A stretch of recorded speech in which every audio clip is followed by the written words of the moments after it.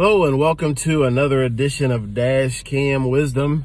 This is going to be part 2 of the message that I posted yesterday on life is a lot like a mirror, and that it reflects back our attitudes and our actions, our words and actions.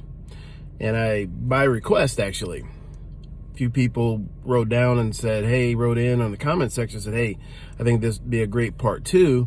And one of the comments was, hey, sometimes we're really hard on ourselves when we look in the mirror. And that's really true. So thought I'd dive into it. And this mirror is really an interesting thing when you think about it, because it's pretty accurate, right? It's pretty accurate. You see what exactly your reflection looks like. But then there's another side of this mirror, and it's kind of distorted, and it's got magnification on it. And so it really comes in handy when I'm shaving, because it's magnifying the hair follicles and I can really see what I'm doing. But if I use that magnification to look at my face, then it's distorted.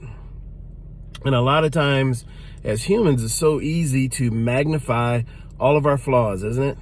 Just magnify them. And when we magnify them, it distorts the truth. Because the truth is, we have a lot of great things, great qualities, a lot of great things we've done and will do in the world. And yes, if you're alive and breathing and watching this message or listening, you've made mistakes. It's part of it. However, the thing about mistakes is they're meant to be lessons, not life sentences. Okay, so let's learn from the lesson and benefit from that lesson for the rest of our lives, instead of it being a life sentence and we punish ourselves for the lesson for the rest of our life. Completely different thing. So I've got the soccer shirt on for a reason today too, sporting KC.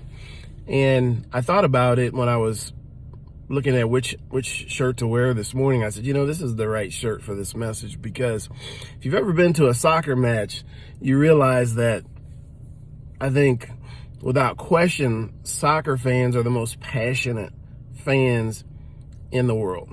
Okay, that's why it's the world's most famous game, and you have the most passionate fans. Okay.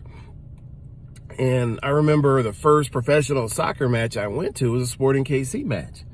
And it was a friend of mine, it was his bachelor party. And so, it was really, really wild and crazy. We went to a burger joint across the street and then walked to the soccer game. That's what he wanted to do. So it was a good time, but I'd never been to a professional soccer game before. And so we get in there, and I mean, the place was rocking. And there's this one section, and in Kansas City, they call it the Cauldron. It's at one end of the stadium. And I mean, before the game started, to the beginning of the game, all the way till the game was over, they cheered nonstop. And they had this one chant, and I couldn't make it out. And I kept listening, and I'm like, what are they saying? Because they were saying it so quickly and so rhythmically. But they were saying, I believe that we will win. I believe that we will win. I believe that we will win. I believe that we will win. And it's a really cool chant. And so when we look in the mirror, we should be looking at our biggest fan. We should be looking at our most passionate fan.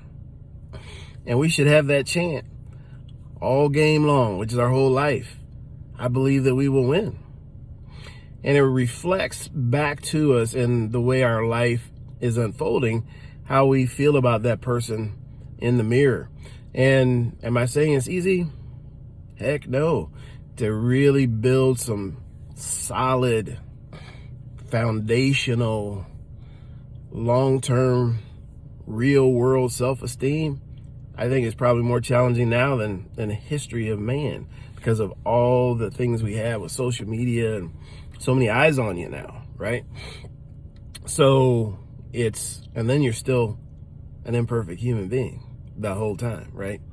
So for me, just growing up in a difficult home environment for sure, and then I think even outside environment was definitely tough at times, that my self-esteem just wasn't there. And then I had, a measure of it because I was a really good athlete and had some things in that.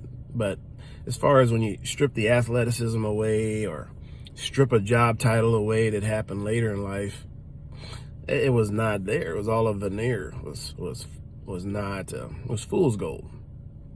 And I can tell you that for me, it took about 53 years. Seriously, 53 years to look in the mirror and feel really great about that person that's staring back at me. And understanding all the while it's a work in progress, as we all are. So, man, I guess we're going to have a part 3 tomorrow. But that's my message for today. Hope this finds you well. And until next time, take care.